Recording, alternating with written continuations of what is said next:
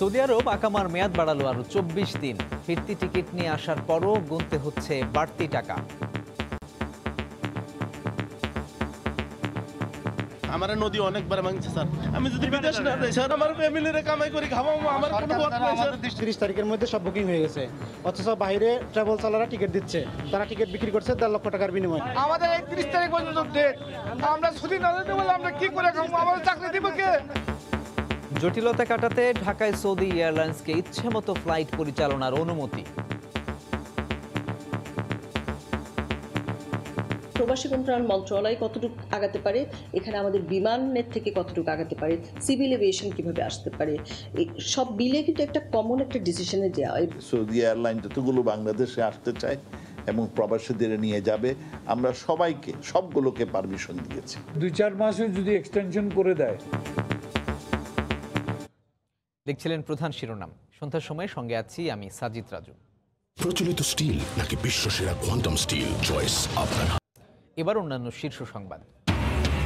৪ October ওমরা পালনের জন্য খুলে দেয়া হবে কাবা শরীফ ও মসজিদে নববী। প্রথম ধাপে সুযোগ পাবেন সৌদি আরবে বসবাসকারীরা। সড়ক উন্নয়ন প্রকল্পের ১০৬ কোটি টাকার কাজে একটি মাত্র দরপত্র জমা পড়ায় বাতিল। সিন্ডিকেটের কারণে অনলাইন টেন্ডার অকার্যকর, মত বিশেষজ্ঞদের। রিজেন্ট কাণ্ডে শাহেদ ও স্বাস্থ্যের সে সময়ের ৪ কর্মকর্তার বিরুদ্ধে দুর্নীতির মামলার অনুমোদন।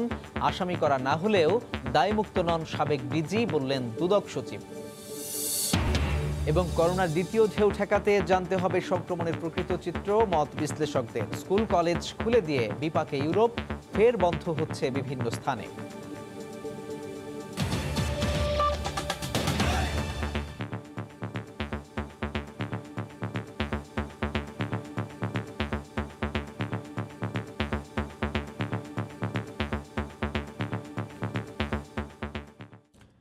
সৌদি আরব আকামার মেয়াদ বাড়িয়েছে আরও ২৪ দিন। তবে রিয়াদে ফ্লাইট অবতরণের বিষয়ে এখনও কোনো সিদ্ধান্ত আসেনি। সমস্যার সমাধানে কূটনৈতিক তৎপরতার পাশাপাশি সৌদি এয়ারলাইন্সের ফ্লাইট সংখ্যার ব্যাপারে আগের অবস্থান থেকে পিছু হটে ঢাকা বলছে এখন যত ইচ্ছে তত সংখ্যক ফ্লাইট পরিচালনা করতে পারবে দেশটি। সমস্যা দুইটি। ১ অক্টোবর থেকে আকাশপথ খুলছে সৌদি। বাংলাদেশে চলবে সৌদি এয়ারলাইন্সের সপ্তাহে ২ থেকে ৪টি ফ্লাইট। নিয়ম অনুযায়ী দুই দেশের পক্ষ থেকে সমান সংখ্যক ফ্লাইট পরিচালনা করার কথা হলেও বাংলাদেশ বিমান এখনও অবতরণের অনুমতি পায়নি। এতে দেশে থাকা সৌদি প্রবাসীদের ফেরত যাওয়া নিয়ে অনিশ্চয়তায় নিজেদের অবস্থান থেকে সরে এসে বাংলাদেশ বলছে এখন যত সংখ্যক ইচ্ছে ফ্লাইট পরিচালনা করতে পারবে সৌদি আরব। সৌদি এয়ারলাইন যতগুলো বাংলাদেশে আসতে চায় এবং প্রবাসীদের নিয়ে যাবে, আমরা সবাইকে সবগুলোকে পারমিশন দিয়েছি। যে মুহূর্তে আপনার সৌদি আরব বিমানের ল্যান্ডিং রাইটটা দিবে, সাথে সাথে বিমান আপনার মুভ করবে। দ্বিতীয় সমস্যাটি হলো ভিসার মেয়াদ। করোনার কারণে দীর্ঘ সময় আটকে থাকায় দেশে আসা অনেকেরই ভিসার মেয়াদ শেষ হয়ে যাচ্ছে। সমস্যা সমাধানে বুধবার আন্তঃমন্ত্রণালয় বৈঠক করেছে প্রবাসী, পররাষ্ট্র ও বিমান চলাচল মন্ত্রণালয়। দ্রুত উদ্যোগ না নিলে জটিলতা বাড়ার আশঙ্কা অভিবাসন বিশেষজ্ঞদের। বিমানের সাথে বসে তাহলে ক্যালকুলেট করা, যেখানে প্রবাসী কল্যাণ মন্ত্রণালয় কতটুকু আগাতে পারে, এখানে আমাদের বিমানের থেকে কতটুকু আগাতে পারে, সিভিল এভিয়েশন কিভাবে আসতে পারে, এই সব বিলে কিন্তু একটা কমন একটা ডিসিশনে যাওয়া, এবং সেই ডিসিশনটা আসবে আমাদের মাইগ্রেন্ট ওয়ার্কারের স্বার্থে। সরকারের পক্ষ থেকে আশঙ্কা করা হচ্ছে প্রবাসীরা কোনো রকম বিশৃঙ্খলা তৈরি করলে সৌদি সরকার উল্টো তাদের ব্যাপারে নেতিবাচক সিদ্ধান্ত নিতে পারে। হিসান জুয়েল, সময় সংবাদ, ঢাকা। এ বিষয়ে সবশেষ খবর জানাতে সৌদি আরবের রিয়াদ থেকে সরাসরি যুক্ত হচ্ছেন আরিফুর রহমান। আরিফ। রাজু, আপনি জানেন যে আসলে এটি সত্যি একটি খুশি সংবাদ যে আসলে পবিত্র মক্কা নগরীতে ওমরা পালনটি দীর্ঘদিন বন্ধ থাকার পর সৌদি সরকার সিদ্ধান্ত নিয়েছে এটি আবার চালু করার। আসলে প্রকৃতপক্ষে যে করোনা যে শুরুতেই কিন্তু মানুষের স্বাস্থ্যগত দিক বিবেচনা করে কিন্তু আন্তর্জাতিক যে সকল ফ্লাইটে করে দেশের ওমরার জন্য সারা বছরই লোকজন আসতেন এবং সারা বছরই কিন্তু এখানের আভ্যন্তরীণ যারা আছেন সবাই কিন্তু ওমরা যেতেন। তো সেক্ষেত্রে এটি কিন্তু আসলে বন্ধ করে দেওয়া হয়। এবং আপনি জানেন যে এর পরবর্তীতে দেখা যাচ্ছে পবিত্র হজের সময় সময় যখন সন্নিকট এসে যায়, হজটা খুব সংক্ষিপ্ত করা হয়। অনেকে প্রত্যাশা করছিলেন যে হজের পরপরই হয়তো বা আবারও ওমরার যেই ব্যবস্থা সেটি চালু করা হবে, কিন্তু আসলে এই দেশের মসজিদে নামাজের যে অনুমতি সেটি পাওয়ার পরেও কিন্তু যে ওমরা সেটি কিন্তু বন্ধ ছিল। তো সৌদি সরকার কিন্তু এই দেশের যে সার্বিক পরিস্থিতি অর্থাৎ করোনার যে গ্রাফ সেটি কিন্তু উন্নতির দিকে থাকায় কিন্তু এই সিদ্ধান্তটি জানেন যে আসলে এটি কিন্তু অত্যন্ত আনন্দের সংবাদ। এখানে থাকা প্রবাসীরা কিন্তু অনেকটাই আনন্দিত। তারা মনে করছেন যে দীর্ঘদিন আসলে পবিত্র মক্কায় গিয়ে ওমরা পালন করতে পারেননি, তো তারাও কিন্তু আসলে অপেক্ষা করছেন যে হয়তো সেই দিনটি সামনে উপস্থিত হলে তারা অনেকেই যাবেন, গিয়ে ওমরা পালন করবেন। মনে করছেন যে দীর্ঘদিন আসলে পবিত্র মক্কায় গিয়ে ওমরা পালন করতে পারেননি, তো তারাও কিন্তু আসলে অপেক্ষা করছেন যে হয়তো সামনে উপস্থিত হলে তারা অনেকে যাবেন, গিয়ে ওমরা পালন করবেন। এবং এটি কিন্তু আসলে কয়েকটি ধাপে এই ওমরার যে ব্যবস্থা সেটি কিন্তু সৌদি সরকার নির্দেশনা দিয়েছে। যেমন প্রাথমিকভাবে এই দেশের আভ্যন্তরীণ যে সমস্ত মানুষ যারা ওমরা যেতে আগ্রহী তারা কিন্তু যেতে পারবে, এবং আগামী নভেম্বর থেকে কিন্তু আন্তর্জাতিকভাবে যারা বিশ্বের বিভিন্ন দেশ থেকে এই দেশে ওমরা পালনের জন্য আসেন তারা কিন্তু আসতে পারবেন বলে জানিয়েছে সেই বিজ্ঞপ্তির মাধ্যমে। রাজু, আপনি জানেন আসলে এটি সত্যি একটি আনন্দের সংবাদ এবং এখানে থাকা প্রবাসীরা কিন্তু এই সংবাদে অত্যন্ত খুশি। তো এই ছিল রাজু আমার কাছে সৌদি আরব থেকে পবিত্র ওমরা হজ পালনের বিষয়ে সবশেষ। ওমরা পালনের জন্য খুলে দেওয়া হচ্ছে পবিত্র কাবা শরীফ ও মসজিদে নববী। সৌদি আরবের রিয়াদ থেকে সে খবর জানাতে আমাদের সঙ্গে যুক্ত হয়েছিলেন সহকর্মী আরিফুর রহমান। মাত্র একটি প্রতিষ্ঠান দরপত্র দাখিল করায় এবার বাদ দেয়া হলো প্রায় 106 কোটি টাকার প্রকল্পের টেন্ডার।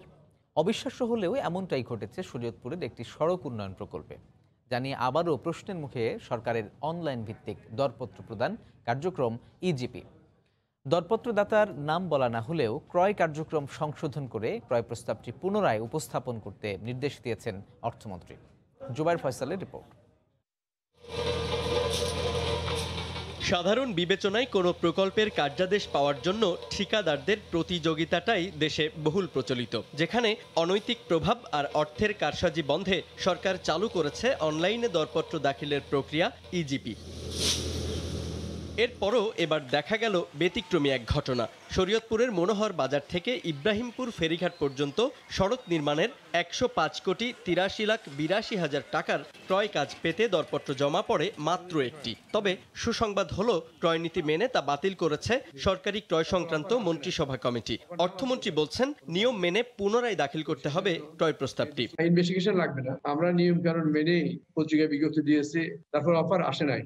যেহেতু সিঙ্গেল টেন্ডার, আমরা সিঙ্গেল টেন্ডার ভিত্তিতে আমরা মনে করেছি যে এটা কম্পিটিটিভ প্রাইস পাওয়া দরকার, এবং সেই কম্পিটিটিভ প্রাইসটি পাওয়ার জন্যই আমরা আবার নতুন করে টেন্ডার করার জন্য অনুরোধ জানিয়েছি। বিষয়টিকে স্বাভাবিকভাবে দেখছেন না স্থানীয় সরকার বিশেষজ্ঞরা। সিন্ডিকেট করে ইজিপি কার্যক্রমকেও প্রভাবিত করা হচ্ছে বলেও মনে করছেন তারা। সিন্ডিকেশন হয়ে এমন একটা অবস্থা করেছে, ওই জায়গায় কাজ করার জন্য এমন ভাবে এটা জিনিসটা তারা সার্কুলেট করেছে, ভিতরে বা কথা হয়েছে নিম্নে কেউ দরপত্র দেয় নাই ভয়ে টেন্ডার করে লাভ হচ্ছে না, কারণ ওইভাবেই কিন্তু এটা করে নিচ্ছে, সাজাই নিচ্ছে। সেই জন্য যেহেতু ক্রয় কমিটি টোটালি বাতিল করে দিয়েছে, তাহলে এটাকে অপেক্ষা করতে হবে। চলতি বছরের 23তম সভায় 334 কোটি 40,61,000 টাকার 4টি ক্রয় প্রস্তাবে অনুমোদন দিয়েছে সরকারি ক্রয় সংক্রান্ত মন্ত্রিসভা কমিটি। অনুমোদিত 4টি প্রস্তাবে মোট অর্থের পরিমাণ 334। জুবাইর ফয়সাল, সময় সংবাদ, ঢাকা। স্বাস্থ্যের গাড়ি চালক মালেকের বাবার নামে প্রতিষ্ঠিত মাজারে যেতেন নায়ক নায়িকা সহ প্রভাবশালী ব্যক্তিরা। বাবার মৃত্যুর পর শুরু হলেও দুগ্ধ খামারের প্রতিষ্ঠাতা হিসেবে লিখেছেন মৃত বাবার নাম। পৈতৃক সম্পত্তি দাবি করলেও সব সম্পদ মালেকেরই কেনা। সরেজমিনে ঘুরে এবং তার প্রতিবেশীদের সাথে কথা বলে এসব তথ্য জানতে পেরেছে সময় সংবাদ। তুরাগের দক্ষিণ রাজবাড়িতে একই চৌহদ্দিতে অবস্থিত স্বাস্থ্যের গাড়ি চালক মালেকের ছেলের নামে করা দুগ্ধ খামার এবং তার বাবার নামে প্রতিষ্ঠিত মাজার। দুটি প্রতিষ্ঠানের সাইনবোর্ডে দেয়া তথ্য এবং এলাকাবাসীর দেয়া তথ্যের মধ্যে রয়েছে গরমিল। এলাকাবাসী বলছে মালেক প্রথমে তার বাবা হাজী আব্দুল বারীর নামে মাজার প্রতিষ্ঠা করেন, পরে ছেলের নামে ইমন ডেইরি ফার্ম চালু করেন। তবে সাইনবোর্ডে মালেক নিজের নাম লিখেছেন আলহাজ এমএন বাদল। 1999 সালে বাবা হাজী আব্দুল বারী ফার্মটির প্রতিষ্ঠা করেছেন বলে উল্লেখ করেছেন। মাজারের সাইনবোর্ডে বাবার মৃত্যুসাল দেখানো হয়েছে 2005। প্রশ্ন উঠেছে অবৈধ সম্পদের পাহাড় আড়াল করতে মালেক এমন কৌশলের আশ্রয় নিয়েছেন কিনা। ওনার বান্ডার শরীফের খাদেমা ছিল, চিরাং বান্ডার শরীফ আছে না ফটিকছড়ি, ওখানে খাদেমা ছিল। ওনার বাবা তো খামার হওয়ার অনেক আগে মারা গেছে ডাকাত দিয়ে আইনে এই জায়গাতে মাটি দিছে। মাটি দেওয়ার পরে অনেক প্রায় 2-3 বছর 3-4 বছর বড় মনে খামার করছে। অনেক বছর আগে ওই মাহফিল হয়েছিল মাছ ভান্ডারির, তখন নায়ক জাবেদ, তারপর নায়িকা নতুন, আরও বিভিন্ন সরকারি কর্মকর্তারা আসছিল আর কি এই জায়গায়। গত রোববার মালিক গ্রেপ্তার হওয়ার পর তার মেয়ে দাবি করেছিলেন বামুনারটেকে 8তলা ভবন গড়ে উঠেছে তার দাদার 10 কাঠা জমির ওপর। তবে জমির আগের মালিক পক্ষ জানাচ্ছে মালিক কাঠা প্রতি 10 লাখ টাকা দিয়ে 2011 সালে জমিটি কেনেন। জমিটা বিক্রি করছি প্রায় 2011 দিকে, 11 সালের দিকে। আমরা ওই যে আমার আব্বা 7 সালে মারা গেছে, যাওয়ার পরে আমরা ওই ওয়ারিশের যে আমরা ভাই বোন যারা আছি সবাই মিলে বিক্রি করছি আর কি।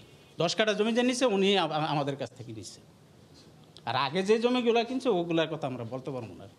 এসব অসঙ্গতির বিষয়ে কথা বলতে পরিবারের কাউকে পাওয়া যায়নি। ওমর ফারুক, সময় সংবাদ, ঢাকা। সন্ধ্যার সময় আরও থাকছে।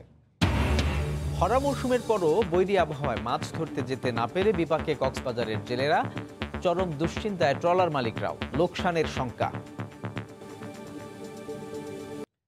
করোনার দ্বিতীয় ঢেউ সামলাতে সংক্রমণের প্রকৃত চিত্র জানা সবচেয়ে জরুরি বলে মনে করেন বিশ্লেষকরা। সেক্ষেত্রে শীতে প্রকোপ বাড়লেও সংকট মোকাবিলায় বেগ পেতে হবে না। এদিকে স্বাস্থ্যবিধি উপেক্ষিত হওয়ায় দ্বিতীয় ঢেউয়ের পরিস্থিতি তৈরি হচ্ছে বলে জানিয়েছেন স্বাস্থ্যমন্ত্রী জাহিদ মালেক। রাশেদ বাপের রিপোর্টে বিস্তারিত। গত 8 মার্চ থেকে দেশে করোনার প্রাদুর্ভাব শুরু হলেও তীব্রতা বাড়ে জুনে, কিন্তু জুনের শেষ থেকে আশঙ্কাজনক হারে কমতে থাকে নমুনা পরীক্ষা। এদিকে সময়ের সাথে সাথে সাধারণ মানুষের বাড়ছে স্বাস্থ্যবিধি মেনে চলায় উদাসীনতাও। এ পরিস্থিতিতে সরকারকে ভাবাচ্ছে শীত মৌসুম। তবে বিশেষজ্ঞরা মনে করেন দেশে করোনার বর্তমান চিত্রই যেখানে অজানা, সেখানে দ্বিতীয় ঢেউ নিয়ে কথা বলা অন্ধকারে ঢিল ছোড়ার মতোই। যেহেতু ভাইরাসটি সম্পূর্ণ নতুন এবং শীতে যেহেতু পৃথিবীর বিভিন্ন জায়গায় বাড়ার সম্ভাবনা এবং একটা অনিশ্চয়তা কাজ করছে, এখন আমার দেশের দরকার হচ্ছে দৈনিক কমপক্ষে 2 লক্ষ টেস্টের দরকার।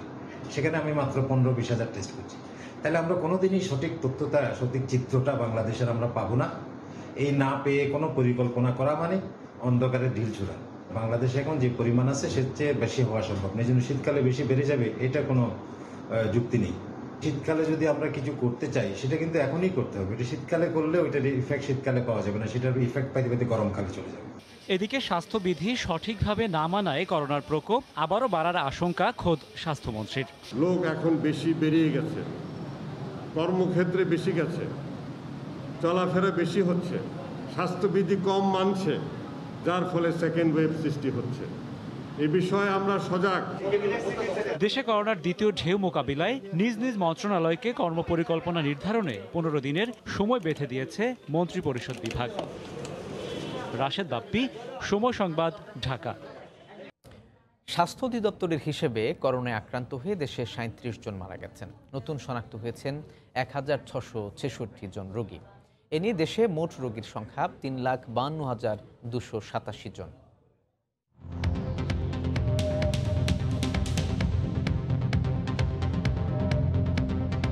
দেশে একদিনে নমুনা পরীক্ষা করা হয়েছে 14,150 জনের। এ পর্যন্ত মোট নমুনা পরীক্ষা হয়েছে 18,62,637 জনের। গত 24 ঘন্টায় নতুন করে 1,666 জনের দেহে করোনা শনাক্ত হয়েছে।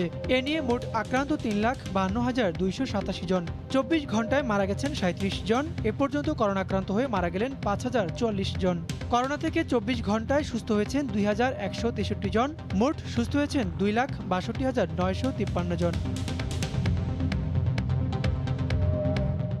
টিকিট পাওয়ার আশায় গত কয়েকদিন ধরে সৌদি প্রবাসীরা রাজধানীর কারওয়ান বাজার সৌদি এয়ারলাইন্স অফিসে ভিড় করেন। প্রবাসীদের অভিযোগ, ফিরতি টিকিট কেটে দেশে আসলেও এখন নতুন করে 1 থেকে 1.5 লক্ষ টাকা দাবি করছে এজেন্সিগুলো।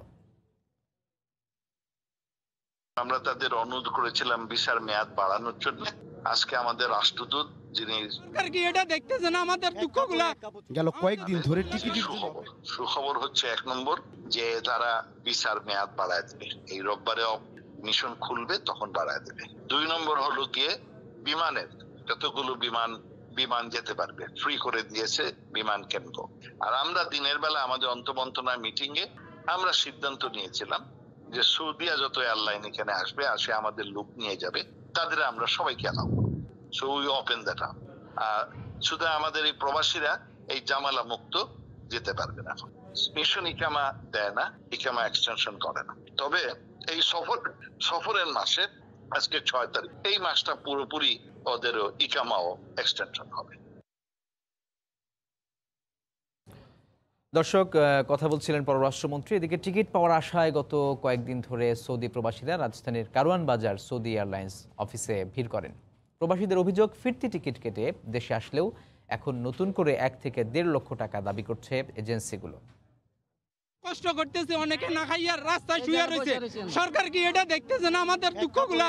গেল কয়েকদিন ধরে টিকিটের জন্য অপেক্ষা কারওয়ান বাজারের সৌদি এয়ারলাইন্সের সামনে। প্রবাসীদের অভিযোগ, টিকিট চলে যাচ্ছে কালোবাজারিদের হাতে, যা কিনতে গুনতে হবে লাখ টাকার উপরে। অথচ এয়ারলাইন্স বলছে টিকিট নেই। সৌদি এয়ারলাইন্সের কর্তৃপক্ষ ওখান থেকে বলতেছে 30 তারিখের আগে তারা কোনো টিকিট দিতে পারবে না।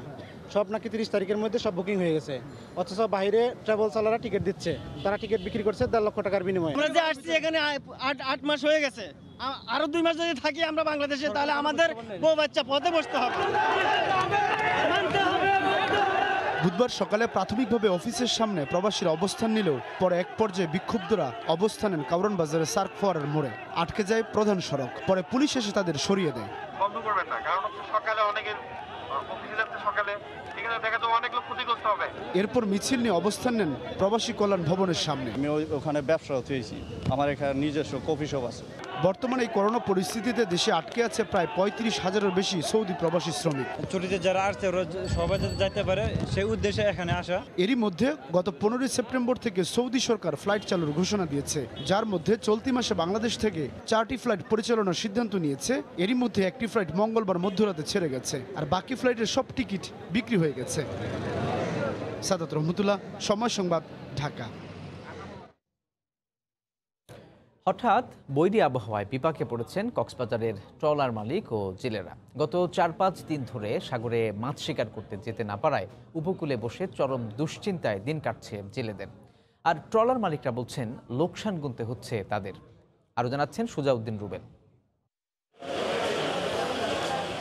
বৈরী আবহাওয়ায় সাগর উত্তাল, তাই সাগরে মাছ শিকার বন্ধ করে কক্সবাজার উপকূলে ফিরেছে শত শত মাছ ধরার ট্রলার।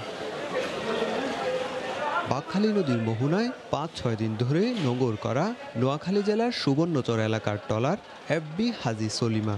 হঠাৎ বৈরী আবহাওয়ার কারণে ট্রলারের জেলেরা প্রাণ বাঁচাতে আশ্রয় নিয়েছে কক্সবাজার উপকূলে। যে কষ্ট করতেছি, লাহারে বাতাসে ভাত খাইতে পারি না, চলতে পারি না, জাল মারতে পারি না। গেলে মাছ পাইলে হয়তো 200 টাকা কামাই করতে পারি, আর নইলে মালিকেও কোনো 10 টাকা দেয় না, কেউ কোথা থেকে 10 টাকা আমরা ইনকাম পাই না। সাগরে মাছ শিকার করতে গিয়ে সরকারি নিষেধাজ্ঞা, প্রাকৃতিক দুর্যোগ সহ নানা সমস্যায় প্রতিনিয়ত পড়তে হচ্ছে ট্রলার মালিকদের। তার উপর হঠাৎ বৈরী আবহাওয়ায় লোকসানের মাত্রা বাড়িয়ে দিচ্ছে বলে দাবি তাদের।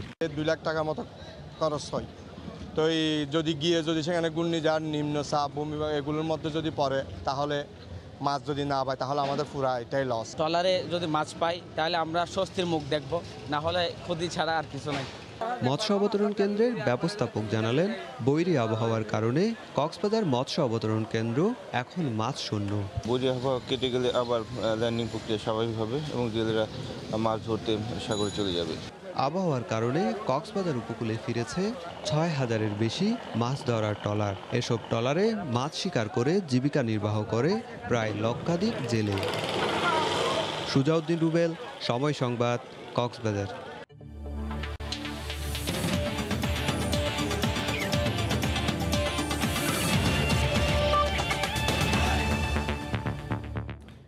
আবারও জটিলতায় টাইগারদের লঙ্কা সফর। 27 সেপ্টেম্বর শ্রীলঙ্কার উদ্দেশ্যে ঢাকা ছাড়ার কথা থাকলেও এখনও পর্যন্ত বিসিবিকে আনুষ্ঠানিকভাবে কিছু জানায়নি লঙ্কান ক্রিকেট বোর্ড। তাই পেছাতে পারে মুমিনুল বাহিনীর যাত্রার তারিখ, এমনটা নিশ্চিত করেছেন সিইও নিজামুদ্দিন চৌধুরী সুজন। সিরিজ হোক বা না হোক, যথাসময়েই ঘরোয়া লীগ মাঠে গড়াবে বলেও জানিয়েছেন এই বোর্ড কর্তা। যদিও আমাদের প্রিপারেশন সবকিছু 27 তারিখে ধরেই আমরা এগোচ্ছি, তবে এই মুহূর্তে বিষয়টা একটু চ্যালেঞ্জিং হবে 27 তারিখে ট্রাভেল করা। ভিসা এবং অন্যান্য জটিলতা তো রয়েছেই। পুরো বিষয়টা কিন্তু এসএলসির উপর নির্ভর করছে না, বিষয়টা অনেকটা নির্ভর করছে তাদের সরকারের যে সিদ্ধান্ত বা তাদের যে সংশ্লিষ্ট যে কোভিড টাস্ক ফোর্স আছে তাদের যে সিদ্ধান্ত সেটার উপর। এবং আমরা যতটুকু জানতে পেরেছি এসএলসি তাদের সাথে যোগাযোগ রাখছে এবং আমাদের অবস্থানটা বোঝানোর জন্য তারাও কাজ করছে। যদি আমরা এই সিরিজ নিয়ে কন্টিনিউ না করি সেক্ষেত্রে আমাদের অন্য প্ল্যান আছে, তো সেক্ষেত্রে প্লেয়ারদের অনুশীলনটা আমরা কন্টিনিউ করব। এ পর্যায়ে শীর্ষ সংবাদ জানিয়ে দিচ্ছি আমরা একবার। সৌদি আরব আকামার মেয়াদ বাড়ালো আরও 24 দিন। ঢাকায় সৌদি এয়ারলাইন্সকে ইচ্ছেমতো ফ্লাইট পরিচালনার অনুমতি এখনও মেলেনি রিয়াদে অবতরণের সাড়া। 4 অক্টোবর ওমরা পালনের জন্য খুলে দেয়া হবে পবিত্র কাবা শরীফ ও মসজিদে নববী। প্রথম ধাপে সুযোগ পাবেন সৌদি আরবে বসবাসকারীরা। এবং মানব পাচার চক্রের অন্যতম হোতা হিমু 400 লোককে ঠকিয়ে হাতে নিয়েছে কোটি কোটি টাকা। র্যাব ও এনএসআই এর হাতে আরও ব্রুনাইয়ের 3000 চক্রের তালিকা। এ ছিল সন্ধ্যার সময়ে, সঙ্গে থাকুন সময়।